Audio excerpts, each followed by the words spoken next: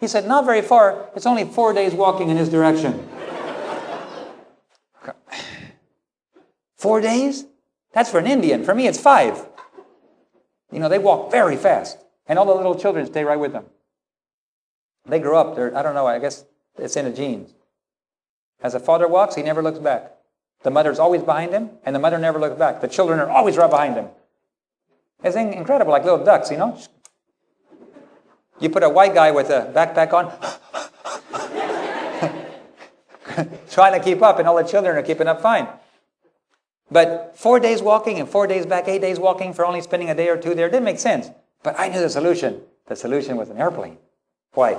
I've been a pilot for too long not to know about that. So I started praying for an airplane. Lord, you're so generous. You're so good. You have so much money. I want an airplane, please. I can do better work for you. Well, instead of walking for 4 days, I can do the flight in 15 minutes. And after I'm done in that village, I'll go to the other one and the other one. And I can still get home and sleep at home at night.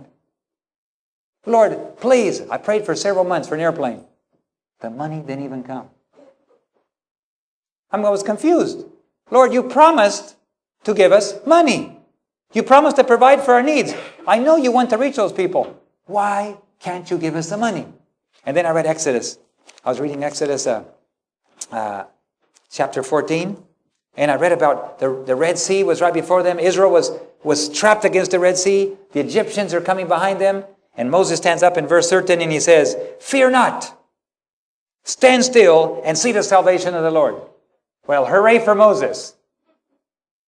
I kept on reading. And in verse 14, the Lord will fight for you and you shall hold your peace. Yay for Moses. Verse 15, not yay for Moses. And the Lord said unto Moses, Moses, why are you crying unto me? Tell the children of Israel to go forward. Can you imagine it? Moses stands up and he says things like, fear not, stand still. And then he said, Lord will fight for you. But then he goes behind the rock and starts crying. Lord, do something. I don't know what I'm going to do. The children of Israel, they're going to go crazy. And the Lord says, stop crying. Stand up and tell the children of Israel to go forward right across the Red Sea. Well, when I read that, it was like a knife. David, stop begging me for an airplane. Step forward and go buy one. Go buy one. What? You can't buy an airplane without money. Airplanes are expensive. David, stop crying and go forward. Well, I learned enough to obey. I learned that if you obey what God says, guess what? Obedience always results in blessing. And one of the reasons we as a people haven't received the blessings that we haven't been very obedient. Isn't that right? Have you been disobedient quite often? Yes, I have too. And God's blessings are linked to obedience. He told Joshua, do not deviate to the left or to the right from everything Moses, my servant, commanded you. And therefore it will go well with you in everything that you do. Huh? Your success is dependent on your obedience. This is a very important principle. Don't complain to God if you're being disobedient. We'll talk more about hearing God's voice. Jesus said, my sheep hear my voice and they know my voice. I had a person get mad at me one time because he said, you keep talking about you keep saying that you hear God's voice. How can you hear God's voice? I said, you don't hear God's voice? No, never heard God's voice. You better prepare to hear the words, I never knew you. I said, you know who I was talking to? I was talking to a multimillionaire that gave millions of dollars to the church. He said he never heard God's voice. And I told him, you're not a saved man. You don't know your shepherd, and he doesn't know you. I think we ought to forget the money issue, and let's talk about salvation. We sat down and we spent 2 hours at ASI in North America talking about the basic understanding of salvation. Next year, his wife came and said, thank you, David. For the first time in 20 years, my husband knows Jesus Christ. You see, sometimes we worry about money things. It's not even about money. God already owns everything. The money to him is like air. It's always there. There's plenty of money. There's money everywhere. In fact, there's so much that they just pave the streets with gold. You see, diamonds, gold, and everything, God just speaks and it's done. That is not a problem. What God doesn't have is people. People willing to obey. So that's why the search is out. Looking for people. People that are willing to trust God, willing to obey God. That's why in the last final conflict, it's between those that are willing to obey and those that are willing to disobey. Because there's only a few people willing to obey. Because loyalty and trust and love are shown in obedience. So I decided to obey. Yes, Lord, I'll go to the States and buy an airplane, but for the life of me, I can't figure out how you're going to do this. So I went. I went to the States. I looked through a big magazine called Trade a Plane. Thousands of airplanes. Here's a good one. 4-seater, high-powered, beautiful paint job, engine. Oh no, the price. I don't think God could do that much. No, He doesn't have that much money. No, I'm just going to keep looking.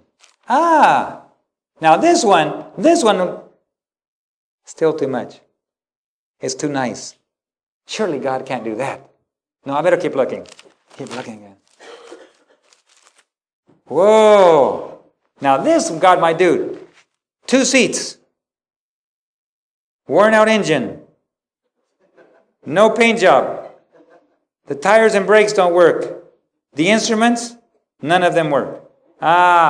This is something God could give me. I couldn't ask for less. I mean, this is the least I can ask from God. An airplane that has 2 wings. Right? At least it has 2 wings. So I said, Lord, this is what I want. And you can't deny me because I'm not asking for something very much. I'm asking for the worst airplane in the whole magazine.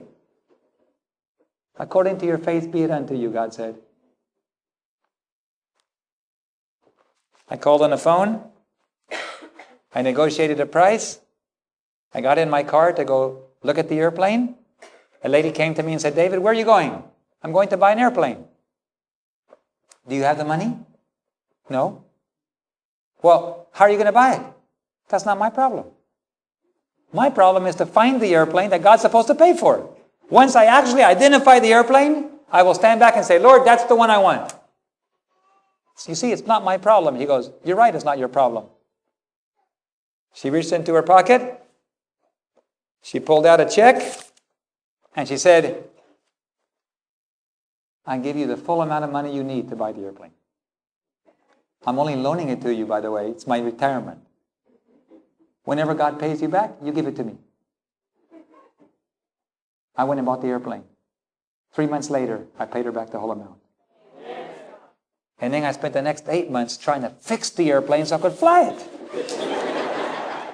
And did you know that it's more expensive to fix an airplane than it is to buy one that works to begin with? It took more money in the end than if I'd have bought one that was working. And God taught me never again to ask for a dumpy old airplane. From now on, I said, Lord, I need an airplane that works. And you know what? Today we have 15. And 1 helicopter. And we're adding 5 more helicopters in the Philippines. Because in the Philippines, there's only little islands. There's no runways you can put in. And they live scattered around. And you have to, only a helicopter can work. And we're putting one in each of the 2 unions. 2 helicopters in each of the 3 unions. And so, God has been multiplying and working. And I took the airplane down. I started flying at 1,000 hours a year. I was flying all day long from sun up to sundown. I was so tired I didn't want to see another airplane. I flew for 4 years, barely having enough time. And I said, Lord, I believe in you. I believe in you. I know you can provide. But I'm tired. I need help. For 4 lonely years, I begged God for help. I could hardly survive. Every day I'd go up to the airplane. I don't want to fly today. I don't want to fly today. I don't want to fly. But there were people dying. And while I was flying to pick up one patient, my wife would call me on the radio. David, in this village over there, there's a lady that has a pregnancy, a complication. She's been there in labor for 4 days. Get her out of there and take her to the hospital before she dies.